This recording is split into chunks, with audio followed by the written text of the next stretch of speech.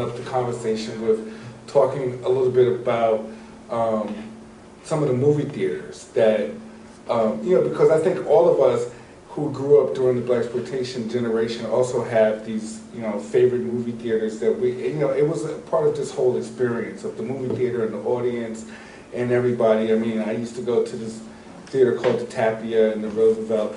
So I guess maybe we should start the discussion and, have people talk about a little bit about the theaters and then what that meant to them, and and then talk about the films or the soundtracks, or and just have a kind of free-flowing conversation up here.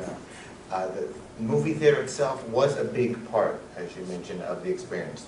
The velvet curtains, going in from the daylight, busy street, into this dark cavern, and then having all of these dramatic images thrown at you. It was very profound. And the audience. And the audience participation, which was a big deal. Screaming back at the screen, talking, getting angry when characters get angry or when they're done wrong. It's very, very exciting, very interactive.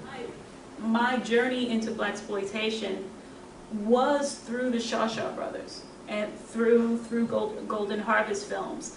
And that's how I became introduced to individuals like Jim Kelly and Cleopatra Jones. I don't say Pam Grier because Pam Grier, for some reason I did not relate to, and I don't know what that's about, but I related more to Cleopatra Jones, in that though her interpretation of the martial arts was a bit watered down, she was never disrobed, which was interesting. She could be fighting, she could be thrown into this and thrown into that, and her hat never fell off her head. I mean, never. The makeup was never smeared.